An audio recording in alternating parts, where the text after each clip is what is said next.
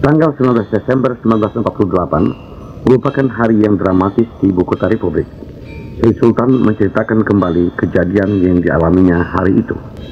Kebetulan, secara ya diam-diam, saya toh mendengarkan radio, BBC, ya Voice of America, dan dari Australia, dan saya mendengar bahwa pada permulaan Maret akan diadakan sidang Security Council yang akan membicarakan soal Indonesia.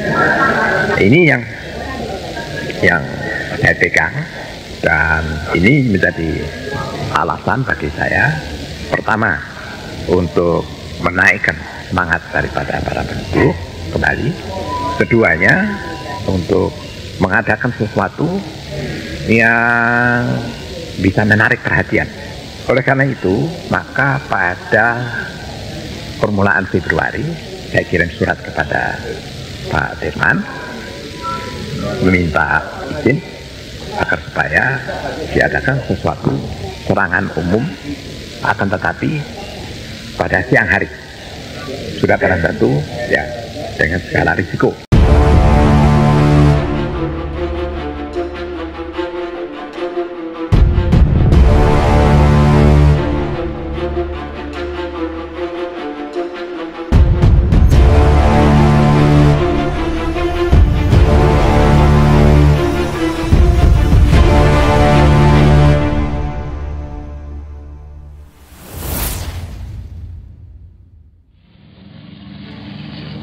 Serangan umum 1 Maret 1949 yang dilakukan Tentara Nasional Indonesia terhadap pusat pendudukan militer Belanda di ibu kota RI, Yogyakarta, adalah tonggak yang sangat penting bagi perjuangan bangsa Indonesia melawan pemerintah kolonial Belanda. Serangan mendadak dengan sandi Operasi Janur Kuning yang dilakukan ribuan pasukan TNI dan Laskar Rakyat dari berbagai penjuru arah dengan target sasaran utama kediaman para perwira militer Belanda di Hotel Merdeka dan barak pasukan Belanda di Benteng Vredenburg mampu memukul mundur militer Belanda menyingkir keluar kota. Pasukan TNI di bawah komando Letkol Soeharto berhasil menduduki ibu kota RI Yogyakarta selama 6 jam. Dampak dari serangan ini membelalakkan mata dunia internasional bahwa eksistensi Republik Indonesia masih ada, kekuatan Tentara Nasional Indonesia masih ada, kedaulatan bangsa Indonesia masih ada. Serangan umum 1 Maret 1949 merupakan pukulan balik pasukan TNI sebagai balasan atas agresi militer Belanda II pada 19 Desember 1948. Agresi militer Belanda berujung pada penangkapan para pimpinan Republik dan pendudukan ibu kota RI Yogyakarta oleh militer pemerintah kolonial Belanda. Setelah agresi militer Belanda II, pihak kolonial Belanda gencar mempropagandakan bahwa RI sebagai sebuah negara sudah tidak ada lagi. Pimpinannya tidak ada, pasukannya pun tercerai-berai. Belanda mengklaim yang ia lakukan di Yogyakarta adalah memulihkan keamanan dan ketertiban sosial dari gangguan kelompok ekstremis. Dengan serangan umum 1 Maret itu, dengan desakan dari dunia internasional yang kemudian harus dilakukan perundingan antara Belanda dan Indonesia yang difasilitasi oleh Komisi 3 Negara, ya, Komisi 3 Negara yang menyelenggarakan perundingan yang disebut dengan perundingan Romeroyen pada tanggal 7 Mei 1949. Nah, dalam perundingan itu kemudian memaksa Belanda harus mengembalikan Yogyakarta sebagai ibu kota. Ya, itulah maka dalam proses pengembalian Yogyakarta sebagai ibu kota kita kenal dengan peristiwa yang disebut dengan peristiwa Jogja Kembali.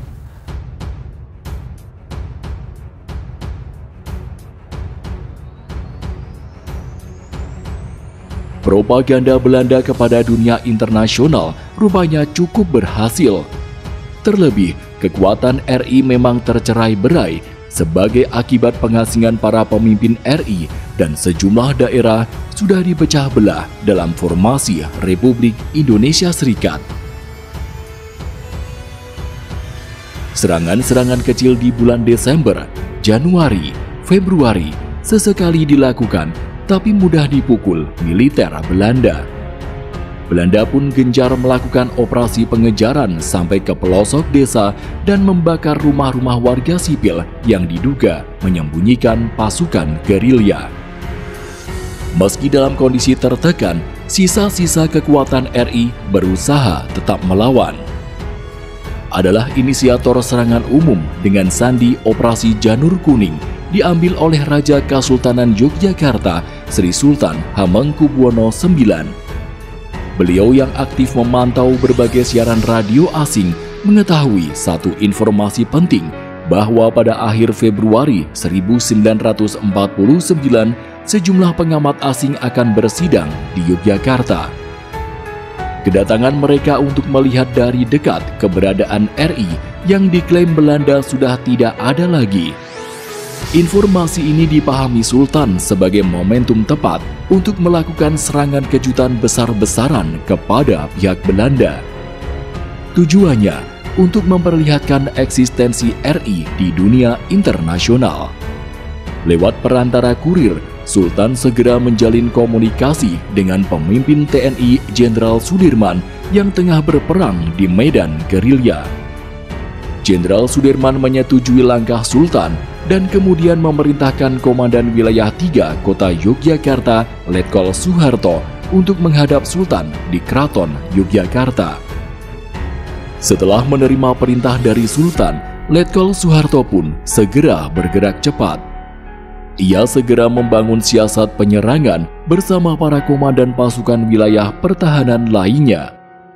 Tanggal penyerangan pun ditetapkan 1 Maret 1949 pukul 6 usai sirine tanda jam malam berakhir.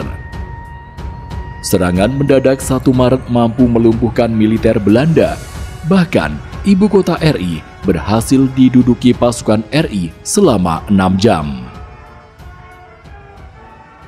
Dan kemudian peristiwa penting yang kedua yang ditimbulkan dari serangan umum 1 Maret adalah kembalinya pemimpin-pemimpin Indonesia yang ditawan Belanda.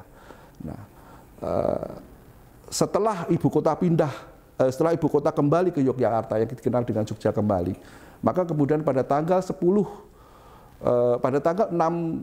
Juli 1949 itu Presiden dan Wakil Presiden kembali dari menumbing dari Sumatera sampai ke mana?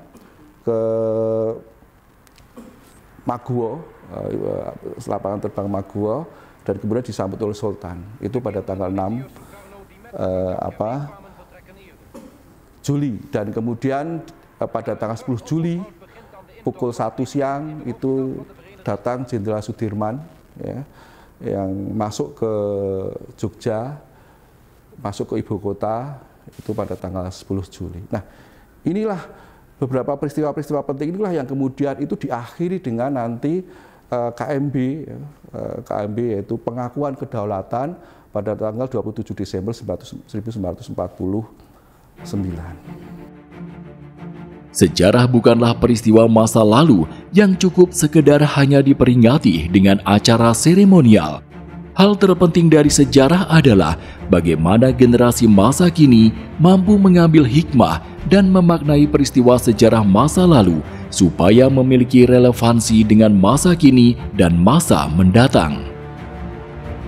Dalam konteks itu, kita patut bersyukur dan mengapresiasi langkah-langkah Raja Kasultanan Yogyakarta yang juga Gubernur DIY Sri Sultan Hamengkubuwono X yang kemudian mengambil inisiasi pemaknaan ulang atas peristiwa serangan umum 1 Maret 1949.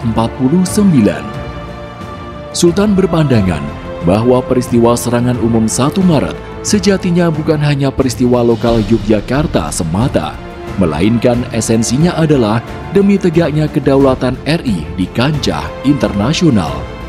Inisiasi Sultan ini gayung bersambut. Pada tanggal 24 Februari 2022, Presiden Joko Widodo mengeluarkan Kepres nomor 2 tahun 2022 yang isinya menetapkan 1 Maret 1949 sebagai Hari Besar Nasional, Hari Penegakan Kedaulatan Negara. Serangan umum 1 Maret itu kemudian berdasarkan Kepres Presiden, keputusan Presiden nomor 2 tahun 2022 yang menjadikan tanggal 1 Maret itu sebagai Hari Penegakan Kedaulatan Negara. Mengapa 1 Maret itu kemudian menjadi Hari Penegakan Kedaulatan Negara? Karena apa? Karena dengan 1 Maret itu kedaulatan bangsa Indonesia bisa didapatkan. Adalah hal yang membahagiakan, membanggakan, dan strategis ketika kemudian Sri Sultan Hamengkubuwono X, Gubernur Daerah Istimewa Yogyakarta hari ini mendorong peristiwa serangan umum 1 Maret itu menjadi Hari Peringatan Nasional Penegakan Kedaulatan, dan itu sudah memiliki kekuatan hukum, ada keputusan Presiden. Bahwa bangsa Indonesia masih ada dengan ditunjukkan peristiwa 1 Maret 1949, sehingga layak kalau pada saat itu dikatakan bahwa 1 Maret merupakan Hari Penegakan Kedaulatan Negara di Republik Indonesia. Yogyakarta hingga kini dikenal sebagai benteng revolusi. Perjuangan rakyat Yogyakarta di masa Perang Revolusi Kemerdekaan 1945 hingga 1949 sejatinya memiliki akar sejarah panjang. Pada masa Revolusi Kemerdekaan, Sri Sultan Hamengkubuwono IX dan HP8 itu bersepakat bahwa Kesultanan dan Kadipaten memang harus mendukung NKRI. Karena apa? HP9 ini terutama ya, beliau adalah orang yang dididik dalam pendidikan Barat, dan dia mempelajari ilmu-ilmu Barat ketika kuliah di Belanda. Dan ini kacamata beliau adalah seorang pangeran atau raja, seorang pemimpin aristokrasi, tapi juga berjiwa demokrat. Nah, ini ya yang banyak dikatakan sejarawan sebagai satu hal yang anomali, pemimpin raja tapi mau menggabungkan pada republik. Tugas penting di masa kini adalah perlunya menyusun sosialisasi Hari Penegakan Kedaulatan secara terstruktur, sistematis, dan masif agar momentum ini semakin bergema dan menancap di benak masyarakat luas. Cara untuk mensosialisasikan berkaitan dengan Hari Penegakan Kedaulatan Negara Republik Indonesia menurut kami dapat dilakukan dengan berbagai macam cara.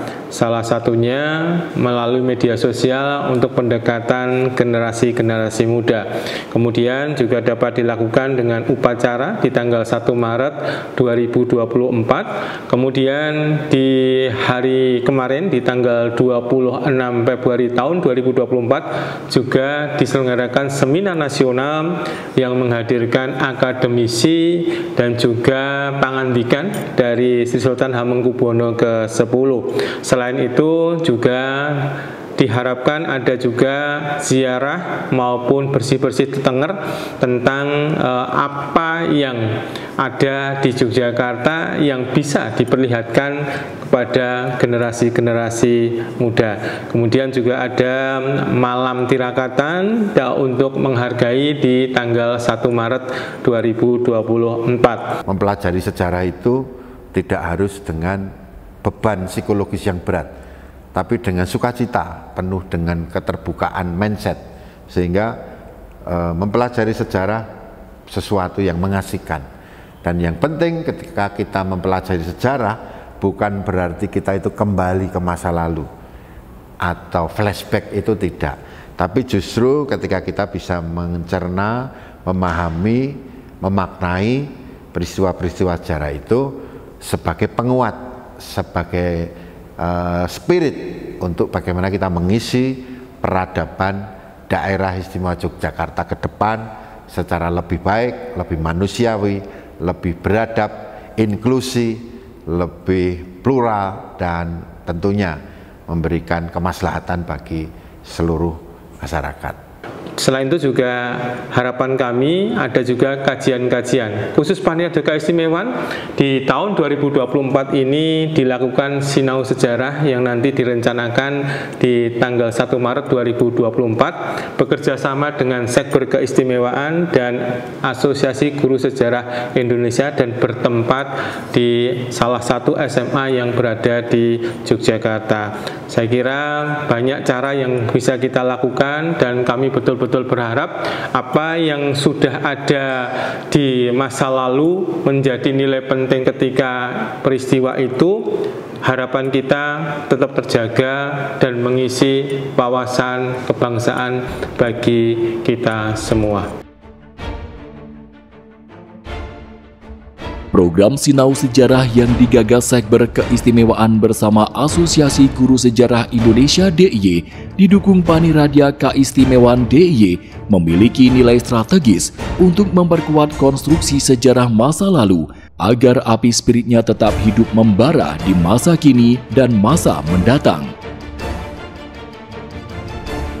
Dalam konteks itulah, apa yang pernah diucapkan Bapak Proklamator I.R. Soekarno menemukan titik relevansinya. Soekarno berseru, "Warisi apinya, jangan abunya."